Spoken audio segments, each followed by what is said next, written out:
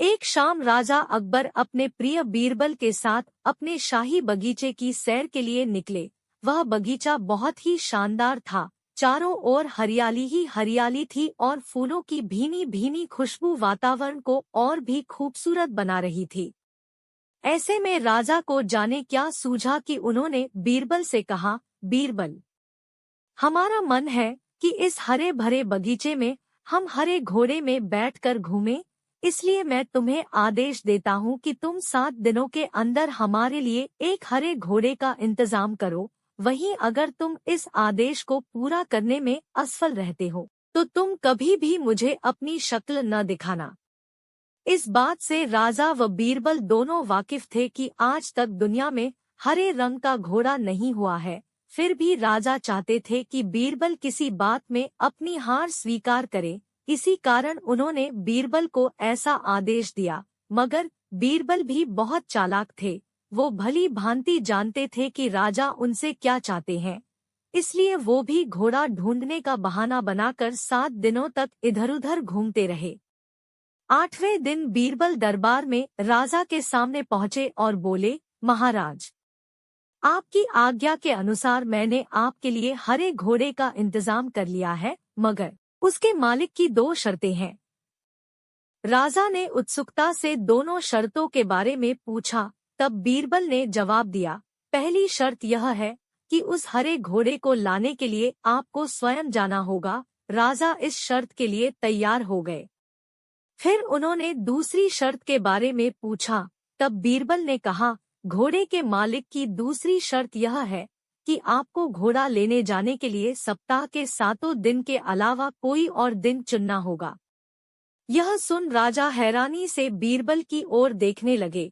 तब बीरबल ने बड़ी सहजता से जवाब दिया, महाराज, घोड़े का मालिक कहता है कि हरे रंग के खास घोड़े को लाने के लिए उसकी यह खास शर्तें तो माननी ही होंगी। राजा अकबर बीरबल की यह चतुराई भरी बात सुनकर खुश हो गए और मान गए कि बीरबल से उसकी हार मनवाना वाकई में बहुत मुश्किल काम है। कहानी 2 मूर्खों की गिनती। घोड़ों का एक व्यापारी कुछ घोड़ों को लेकर अरब देश से आया और शहंशाह अकबर से मिला। बादशाह को घोड़े पसंद आ गए और उन्होंने सारे घोड़े डॉट खरीद लिए और सौदागर से कहा, तुम हमारे लिए और अरबी घोड़े लाओ। तुम अरब से आए हो, इसलिए पेशगी के तौर पर हम तुम्हें 1000 रुपए दे रहे हैं। सौदागर बहुत ही प्रसन्न हुआ और वापस अरब लौट गया। सौदागर के चले जाने के बाद बीरबल को मालूम हुआ कि वह व्यापारी पेशगी लेकर अपने देश चला गया और बादशाह ने उसका नाम पता भी नहीं पूछा। उन्हीं दिनों शहंशाह अकबर बीरबल से बोले, बीरबल, हमारे राज्य में वैसे तो मूर्ख बहुत ही कम हैं, फिर भी जो मूर्ख हैं उनके नाम हम जानना चाहते हैं। इस राज्य में कितने मूर्ख हैं, उनकी गिनती करने का काम हम तुम्हें सौंपते हैं। बीरबल, आपका हुक्म सिरांखों पर, हुजूर। बीरबल इतना कहकर मुओं की गिनती करने के लिए निकल गए। 2 दिन के बाद बीरबल दरबार में आए और मूर्खों की एक सूची बादशाह को दी। उस सूची में बादशाह सबसे ऊपर अपना नाम देखकर भड़क उठे और बीरबल से इसका कारण पूछा। बीरबल सिर झुकाकर बोले, जहांपनाह, अरब देश से जो व्यापारी आया था, आपने उसका नाम पता पूछे बिना ही उसे 1000 रुपए पेशगी में दे दिए। यदि वह व्यापारी घोड़े नहीं लाया तो आप उसका क्या बिगाड़ लेंगे? आप तो उसका नाम पता नहीं जानते। क्या यह मूर्खरा भरा काम नहीं है? शहंशाह अकबर को बीरबल की बात बहुत पसंद आई। वह अपनी गलती पर मन ही मन पछताने लगे, लेकिन वह थे तो एक शहंशाह। अकड़ते हुए बोले, यदि वह व्यापारी घोड़े लेकर आ गया तब? बीरबल ने जवाब में कहा, जहांपनाह, फिर मैं आपके नाम के स्थान पर उस व्यापारी का नाम लिख दूंगा। शहंशाह अकबर यह सुनकर अचानक ही हंस पड़े। हाजिर जवाब बीरबल भला गलत कैसे हो सकते थे? कहानी 3 सीढ़ियां कितनी हैं। बादशाह अकबर और बीरबल महल के बाग में टहल रहे थे। शहंशाह मूड में थे। उन्होंने बीरबल से सवाल कर दिया, बीरबल, क्या तुम्हें मालूम है कि तुम्हारी पत्नी की कलाइयों में कितनी चूड़ियां हैं? तुम तो दिन में कई बार पत्नी का हाथ पकड़ते होंगे। बीरबल दुविधा में पड़ गए। उन्होंने तो कभी इस तरफ ध्यान ही नहीं दिया था। बीरबल कुछ देर तक चुप रहे, फिर बोले, हुजूर, मेरा हाथ तो पत्नी के हाथ को कभी कभार ही पकड़ता है, लेकिन हुजूर, क्या आप बता सकते हैं कि आपकी दाढ़ी में कितने बाल हैं? बादशाह बीरबल की बात को नजरअंदाज कर गए और बोले, बीरबल, दाढ़ी के बाल की गिनती कर पाना नामुमकिन है, किंतु हाथ की चूड़ियों को तो सरलता से गिना जा सकता है। बीरबल बोले, हुजूर, औरतों का क्या, वे तो अपनी कलाइयों में कमज्यादा चूड़ियां पहनती रहती है।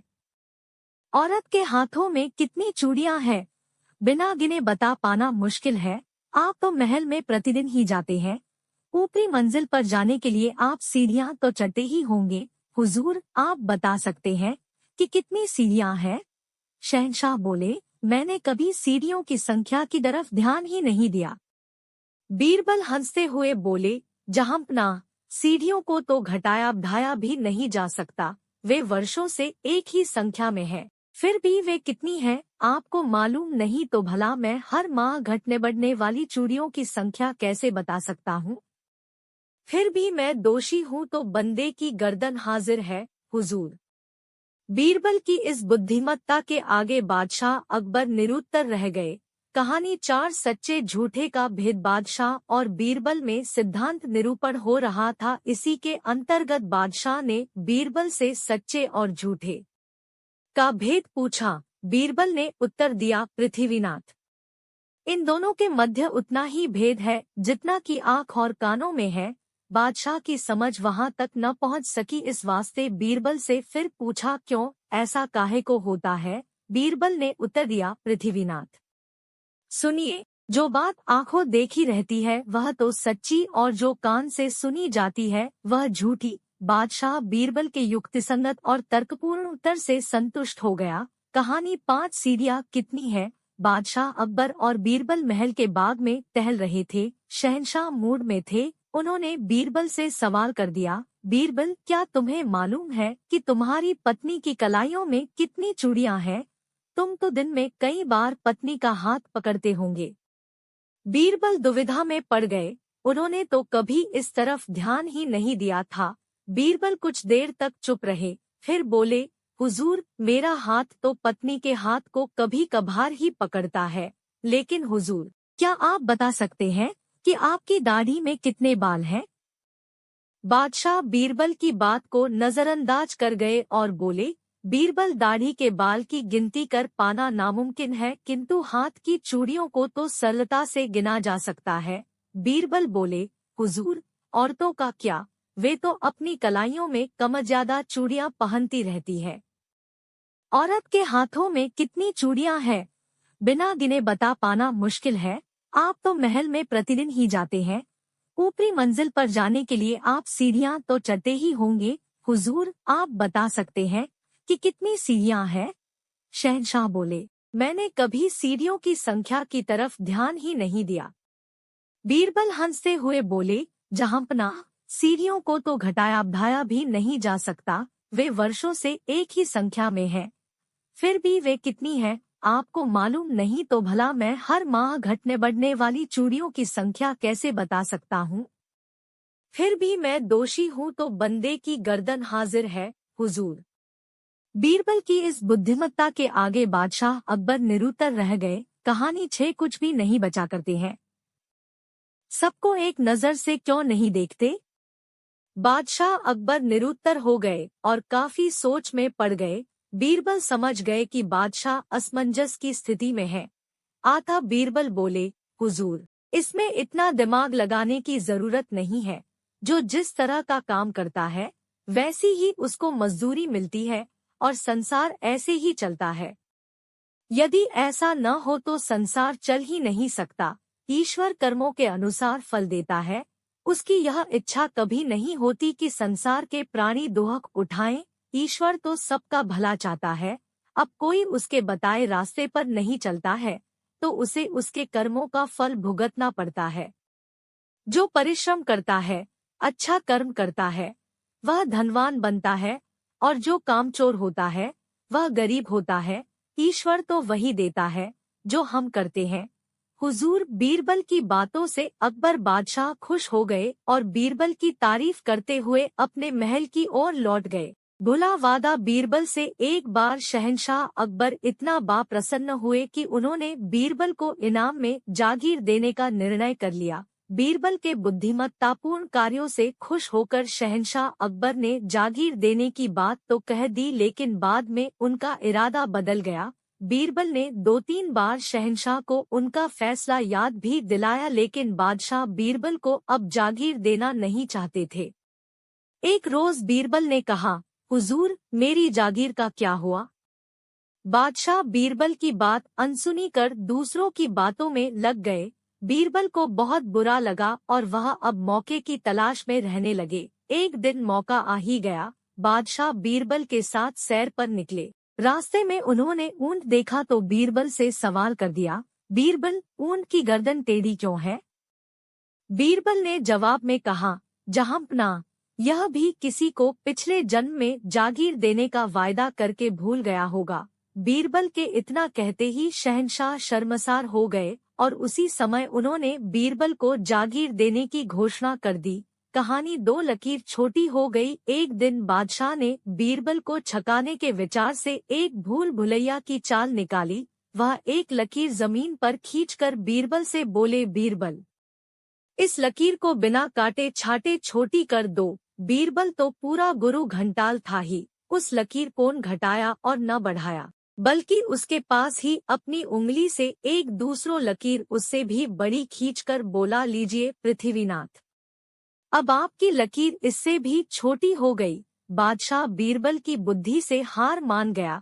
कहानी 3 दूध की जगह पानी। बादशाह अकबर को मुगल सम्राटों में सबसे अच्छा समझा जाता है। अकबर भी यह समझते थे कि उनकी प्रजा उन्हें बहुत चाहती है और वह बहुत कर्तव्यनिष्ठ है।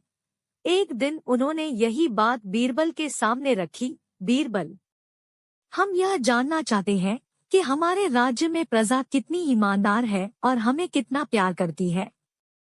बीरबल ने तुरंत उत्तर दिया, हुजूर, आपके राज्य में कोई भी पूरी तरह ईमानदार नहीं है। इसी से आप अंदाजा लगा सकते हैं कि प्रजा आपको कितना प्यार करती है।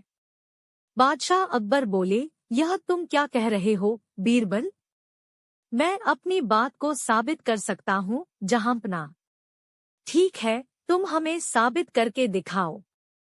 तब बीरबल ने नगर में ढिंढोरा पिटवा दिया कि बादशाह सलामत एक भोज करने जा रहे हैं।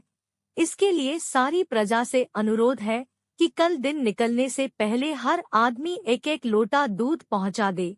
कड़ाहे रखवा दिए गए हैं, उनमें हर आदमी 1 लोटा दूध डाल जाए। ढिंढोरा सुनकर हर आदमी ने यही सोचा कि जहां इतना दूध इकट्ठा होगा वहां उसके द्वारा 1 लोटे पानी का क्या पता चलेगा। आता हर आदमी कड़ाहों में पानी डालता गया। सुबह जब बादशाह अकबर ने उन कड़ाहों को देखा जिनमें प्रजा से दूध डालने को कहा गया था तो दंग रह गए। उन कड़ाहों में केवल पानी ही पानी था। इस घटना के बाद बादशाह अकबर को यह मानना पड़ा कि बीरबल प्रजा की नब्ज को अच्छे से पहचानते हैं। कहानी 4 1000 जूते। एक दिन बादशाह बीरबल को झिपाने की नीयत से उसके जूते गुम करा दिए। जब घर जाने का समय हुआ तो बीरबल अपने जूतों को तलाश करने लगा। जब वे न मिले तो बादशाह ने कहा, अच्छी बात है, बीरबल को हमारी तरफ से जूते दिए जाए। बीरबल नए जूतों का पहनकर ऊपरी प्रसन्नता दिखलाते हुए बोला, मैं आपको आशीर्वाद देता हूँ कि ईश्वर इसके पहले आपको हरलोक परलोक सभी जगह ऐसे ही 1000 जूते दे। बीरबल के ऐसे हास्यपूर्ण आशीर्वाद को सुनकर बादशाह खिलखिलाकर हंस पड़ा। दरबारी लोग चकित होकर वीरबल का मुंह देखते रह गए। कहानी 5 बीरबल की चुड़ैल वाली चतुराई। चिल्लाने लगता है, जिससे बीरबल का संदेह सच्चाई में बदल जाता है कि यह कोई चुड़ैल नहीं सिर्फ एक चोर है। बीरबल सोचता है कि अगर सचमुच की चुड़ैल होती तो मुझसे क्यों डरती और चोरी क्यों करती, क्योंकि चुड़ैलों को धन की क्या जरूरत है। इस तरह बीरबल चोर को बहुत डराते हैं और जोर जोर से चिल्लाते हैं, चोर चोर चोर चोर। चिल्लाते हुए वह अपना चुड़ैल का रूप उतार देते हैं।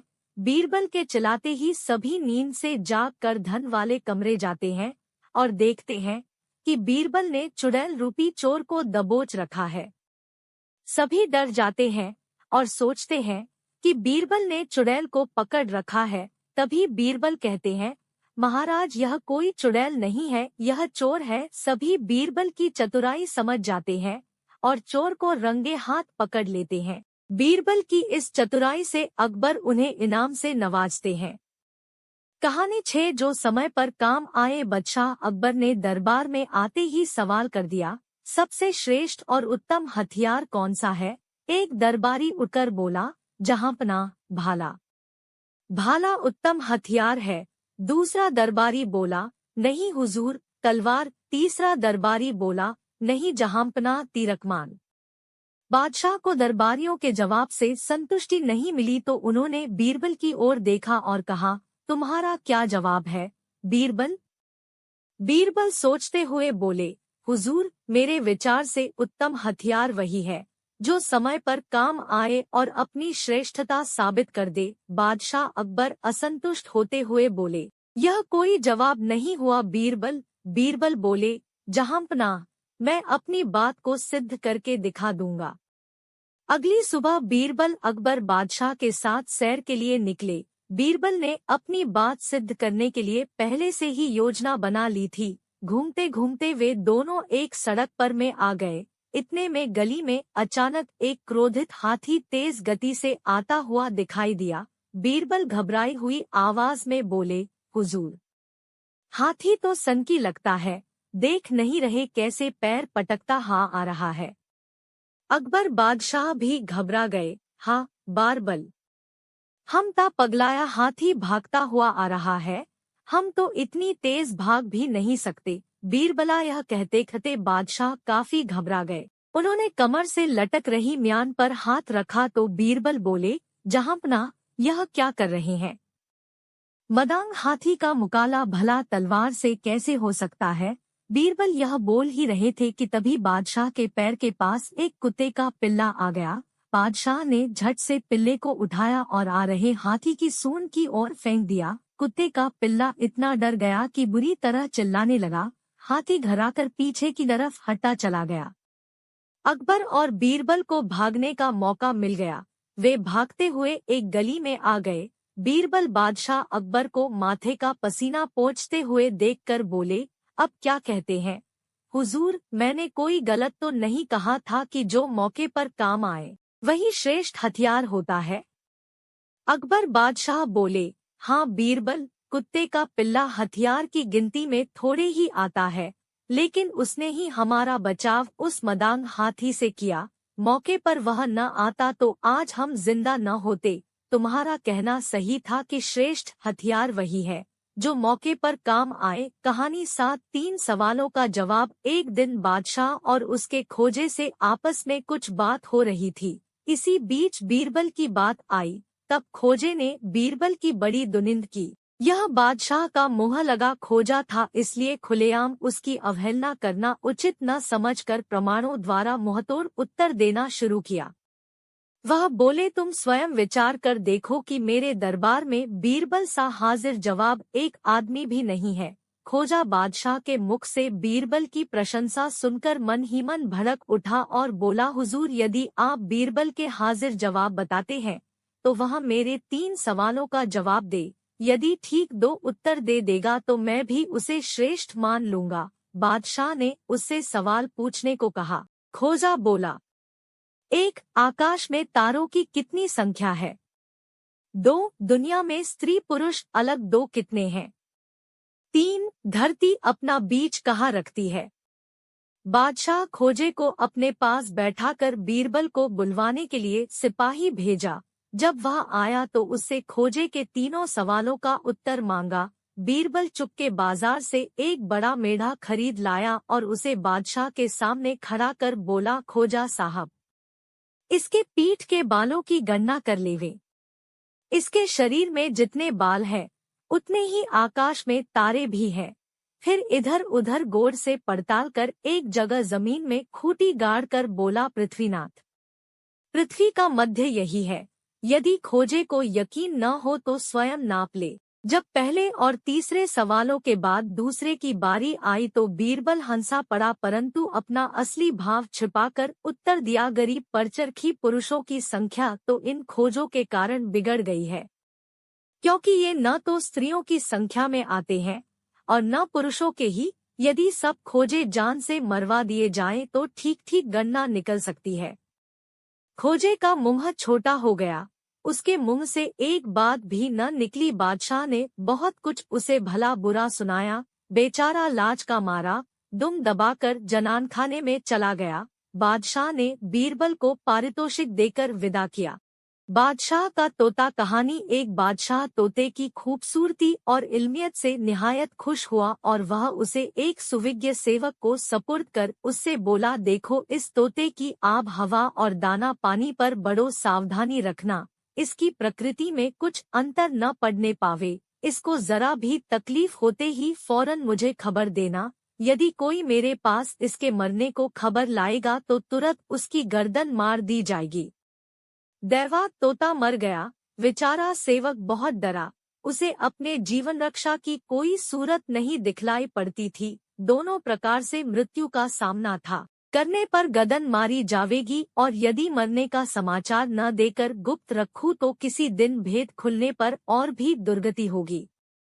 लाचार अपना कुछ वश न चलते देख बीरबल के पास गया और उससे सारा समाचार कहकर बहुत गिड़गिड़ाया और कहे से छुटकारा पाने की तरकीब पूछी। बीरबल बोला, डरो नहीं, मैं तुमको अभयदान देता हूँ। इधर नौकर का विदा कर वह तुरंत बादशाह के पास जा पहुंचा और बड़ी घबराहट के साथ बोला, गरीब परवर, अपना तोता, अपना तोता। उसको घबराहट देखकर बादशाह बोल उठा, क्या वह मर गया? बीरबल दांत संभालते हुए उत्तर दिया, नहीं पृथ्वीनाथ, वह बड़ा बिरागी हो गया है। आज सुबह से ही अपना मुख ऊपर किए हुए है और कोई अंग नहीं हिलाता। उसकी चोंच और आंखें भी बंद है। बीरबल की ऊपर कही बातें सुनकर बादशाह ने कहा, तब क्यों नहीं कहते कि वह मर गया? बीरबल ने उत्तर दिया, आप चाहे जो कुछ भी कहे, परंतु मेरी समझ में तो यही आता है कि वह मौन होकर तपस्या कर रहा है। आप चलकर स्वयं देख लेवे तो बहुत अच्छा हो।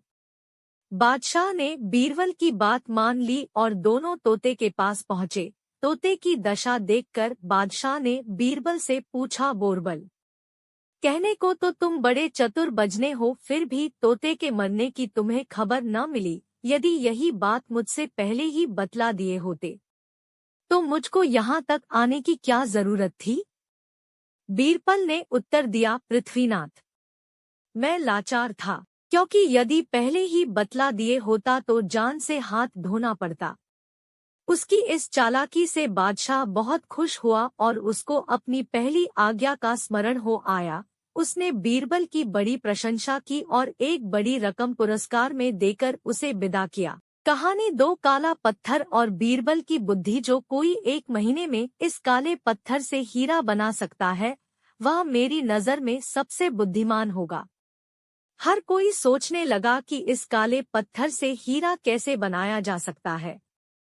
कुछ लोगों ने उस पत्थर को आम जनता को यह कहकर बेचना शुरू कर दिया कि यह आसमान से आया है, और कुछ ने इसे एक रहस्यमय पत्थर बताकर आम जनता से पैसा कमाना शुरू कर दिया।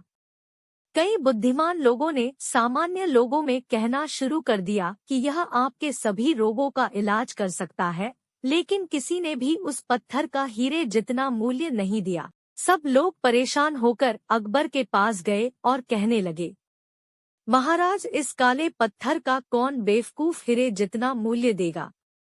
अकबर ने जवाब दिया, यह आप लोगों के बस की बात नहीं है। आप लोग देखते रहिए कि कैसे बीरबल इस काले पत्थर को हीरे में बदल देता है। बीरबल ब्राह्मण पंडित का रूप बनाकर दूसरे राज्य में उस पत्थर को हीरा बनाने के लिए चले गए। वहां पहुंचने के बाद उन्होंने वहां एक गांव देखा जहां के लोग बहुत अमीर थे। गांव के बीचों बीच एक पीपल का पेड़ था जो बीरबल ने देख लिया था। बीरबल ने रात में जाकर उस पीपल के पेड़ के नीचे वह पत्थर तिलक लगाकर रख दिया और दिन में जाकर गांव के लोगों को इकट्ठा किया और कहने लगे, भाइयों, मैं राजा अकबर के राज्य से आया हूँ। गांव ने पूछा। पंडित जी, आप यहाँ क्यों आए हैं? बीरबल ने जवाब दिया। मेरे सपने में कल रात शनिदेव आए थे और उन्होंने मुझे कहा, मैं उस गांव में पीपल के पेड़ के नीचे एक काले पत्थर के अवतार में प्रकट हुआ हूँ। जो भी मेरी पूजा करेगा और दान करेगा, मैं उसके सभी संकट हर लूंगा। बस बीरबल की उस चालाकी से लोग उस पत्थर की पूजा करने लगे और वह दान भी करने लगे। सिर्फ 1 महीने में बीरबल के पास दान में दिए इतने पैसे हो गए कि उसने उनसे हीरा खरीद लिया। बीरबल वहां से अपने राज्य में वापस चले गए और हीरा जाकर अकबर को दे दिया। सभी अचंभित हो गए। फिर बीरबल ने बताया कि मैंने उस काले पत्थर से हीरा कैसे बनाया। सभी ने बीरबल की बुद्धि को मान लिया। अकबर ने खुश होकर कहा, बीरबल हमारे राज्य का वह हीरा है जिसकी कोई कीमत नहीं लगाई जा सकती। कहानी 3। बीरबल और सोने का अंडा देने वाली मुर्गी। सलीम ने वैसा ही किया। बीरबल ने उस मुर्गी की सच्चाई जानने का निर्णय लिया और मुर्गी के कमरे में छिपकर बैठ गए। बीरबल ने देखा कि राजा आदिराज का पाला हुआ बाज वहां अंडे लेकर रोशनदान से आता था और रसोइया उन्हें मुर्गी की टोकरी में रख देता था। बीरबल को अब पता चल चुका था कि माजरा क्या है। बीरबल ने यह बात किसी को नहीं बताई और अलगे दिन आदिराज को सभा में यह कहकर बुलाया कि हम आपकी जमीन खरीद लेंगे। उसी दिन राजा अकबर भी राज्य का भ्रमण करके वापस आ गए। बीरबल ने सभी के सामने आदिराज का पर्दाफाश किया। अकबर पूछते हैं कि मेरे जाने के बाद क्या हुआ था? बीरबल ने जवाब दिया, महाराज, हमारे रसोइये ने हमारे साथ धोख किया है। उसने राजा आदिराज के साथ मिलकर सोने के अंडे देने वाली मुर्गी का षड्यंत्र रचकर हमारे खजाने को खाली करके हमारे राज्य पर आक्रमण करने की सलाह बनाई थी। अगर सलीम वह जमीन खरीद लेता तो हमारा खजाना खत्म हो जाता और राजा आदिराज की सेना हम पर आक्रमण देती। अकबर के आदेशानुसार रसोइये और राजा आदिराज को बंदी बना लिया गया। इस मुश्किल का हल बीरबल के अलावा कोई और नहीं निकाल सकता था। सभी ने तो समझ लिया था कि सच में यह मुर्गी सोने का अंडा देती है। अकबर ने हंसते हुए राजा आदिराज से कहा, जब तक हमारे पास बीरबल है, हमारे राज्य को कोई हरा नहीं सकता। बीरबल ने अकबर के राज्य को बहुत बड़े खतरे से बचा लिया था। कहानी 4। जब बीरबल खरीद लिए गए, क्योंकि अकबर से उनके मित्र ने बीरबल को खरीद लिया था, इसलिए बीरबल अकबर के मित्र का हर एक काम करते थे, पर उनके द्वारा पूछे गए सवालों का जवाब नहीं देते। वह राजा बीरबल से उनकी सलाह लेने की कोशिश करते, पर बीरबल कुछ भी नहीं बोलते थे। एक दिन उस राजा ने परेशान होकर बीरबल से पूछ ही लिया, बीरबल, तुम मेरे सवालों का जवाब और हमें सलाह क्यों नहीं देते जैसे राजा अकबर को दिया करते थे? बीरबल ने जो जवाब दिया उसे सुनकर आप आश्चर्यचकित रह जाओगे। बीरबल ने जवाब दिया, राजा, आपने सिर्फ पैसों से बीरबल को खरीदा है, बीरबल की बुद्धि को नहीं। बीरबल की बुद्धि सिर्फ राजा अकबर के पास है और वो किसी भी कीमत पर नहीं खरीदी जा सकती। यह सुनकर राजा हक्का बक्का रह गया। राजा ने सोचा अब क्या किया जाए। राजा ने बीरबल के सामने अपनी हार मान ली और बीरबल को अकबर के दरबार में छोड़ दिया। अकबर बीरबल को देखकर बहुत खुश हुए और अकबर ने बीरबल से पूछा, ऐसा तुमने क्या किया कि इतने बुद्धिमान इंसान को खरीदने के बाद भी उन्होंने तुम्हें हमारे पास छोड़ दिया? बीरबल ने जवाब दिया, महाराज, उन्होंने बीरबल को खरीदा था, बीरबल की बुद्धि को नहीं। बस महाराज, अकबर समझ चुके थे कि बीरबल जैसे बुद्धिमान इंसान को फंसाना हर किसी के बस की बात नहीं है। कहानी 5। बीरबल की शतरंज। पहले खिलाड़ी के पास चाल चलने के लिए जाते, फिर दूसरे खिलाड़ी के पास चाल चलने के जाते। खेलते खेलते पहले खिलाड़ी ने सलीम को हरा दिया और सलीम ने दूसरे खिलाड़ी को हरा दिया। राजा के वादे के मुताबिक सलीम ने एक खिलाड़ी को हरा दिया था, जिससे राजा को 2 लाख मोहरे अकबर को हर साल देनी पड़ी। अब अकबर का बीरबल से सवाल यह था, जो आपके दिमाग में भी होगा, कि ऐसे शतरंज के खिलाड़ी जो आज तक किसी से नहीं हारे और जो सिर्फ आपस में ही हार सकते थे, उन्हें सलीम ने कैसे हरा दिया? बीरबल जोर जोर से हंसने लगे और कहा, जहाँपना वो राजा के मित्र असल में आपस में ही शतरंज खेल रहे थे तो उनमें से किसी एक को तो हारना ही था। अकबर कहते हैं, अरे बीरबल क्या कह रहे हो, हमारे सामने तो सलीम उन दोनों से शतरंज खेल रहा था, न कि वो आपस में खेल रहे थे। इस पर बीरबल कहते हैं, महाराज जब पहले खिलाड़ी ने अपनी पहली चाल चली तो दूसरे खिलाड़ी के पास जाकर सलीम ने वही चाल दूसरे खिलाड़ी के पास चली। इस तरह पहले खिलाड़ी की हर चाल सलीम दूसरे खिलाड़ी के पास चलता था। इस तरह जब पहले खिलाड़ी ने सलीम को हराया ठीक वैसे ही सलीम ने दूसरे को हराया। महाराज इस तरह वो खिलाड़ी आपस में ही खेल रहे थे।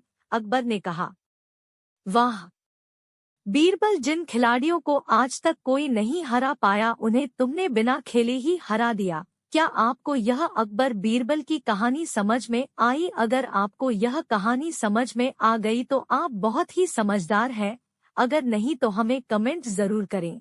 जब बीरबल फांसी से बचे, नाचते और गाते हुए जा रहे हैं, दोनों को फांसी देने के लिए फंदे के आगे खड़ा किया गया और ईरान के राजा ने पूछा, बताओ तुम दोनों में से कौन सबसे पहले ऊपर जाएगा? दोनों यह कहकर झगड़ने लगे, पहले मैं जाऊंगा, पहले मैं जाऊंगा। ईरान का राजा यह देखकर हैरान हो गया और दोनों को कहने लगा, बकवास बंद करो, आखिर तुम दोनों ऊपर जाने के लिए इतने बेताब क्यों हो? इस पर बीरबल ने कहा, महाराज अकबर ने खत में यह जरूर लिखा था कि इन दोनों को फांसी दे दी जाए, पर यह नहीं लिखा कि क्यों। मैं आपको बताता हूँ। इसके पीछे यह कारण है कि हमारे राज्य के सबसे बड़े ज्योतिषी ने यह भविष्यवाणी की है कि अगर कोई ईरान के राजा के पास जाकर पूर्णिमा के दिन पहले फांसी पर चढ़ेगा तो अगले जन्म में वहाँ का राजा बन जाएगा और जो दूसरे नंबर पर फांसी चढ़ेगा वह उसका वजीर बनेगा। यह सुनकर ईरान के राजा ने सोचा कि अगर मैंने इन्हें फांसी पर चढ़ाया तो मेरी संतानों की जगह ये यहाँ के राजा बन जाएंगे और ऐसा मैं होने नहीं दूंगा। ईरान के राजा के सभी मंत्रियों ने उससे कहा, इन्हें फांसी मत दीजिए, नहीं तो यह यहाँ के राजा बन जाएंगे। इस तरह ईरान के राजा ने उन्हें फांसी नहीं दी और बीरबल ने ईरान के राजा को बड़ी ही आसानी से बेवकूफ बना दिया। दोनों अपने राज्य में अकबर के दरबार में पहुंचे। अकबर कहने लगे, बीरबल मुझे माफ कर दो, लेकिन यह साबित करने के लिए कि तुमसे बुद्धिमान व्यक्ति कोई नहीं है मुझे यह करना पड़ा। अकबर के साले भी बीरबल से कहने लगे, राजा बीरबल, मेरी ये जिंदगी आज से आपकी देन है, आपसे बुद्धिमान व्यक्ति कोई नहीं है। मैं तो सिर्फ आपकी जगह लेने के लिए ऐसा कर रहा था, मुझे माफ कर देना। इसी प्रकार के कहानियों का संग्रह हमारी वेबसाइट पर उपलब्ध है। लगभग सभी प्रकार की कहानियां आप हमारी वेबसाइट से बहुत ही आसानी से पढ़ सकते हैं। अगर आपका कोई सुझाव है तो आप हमें कमेंट कर सकते हैं। अगर आपके पास भी कोई कहानी है तो हमें बताएं, आपकी कहानी आपके फोटो के साथ प्रकाशित की जाएगी। इसी प्रकार की अन्य बहुत ही प्रसिद्ध कहानियों का संग्रह आशा है आपको यह पसंद आए।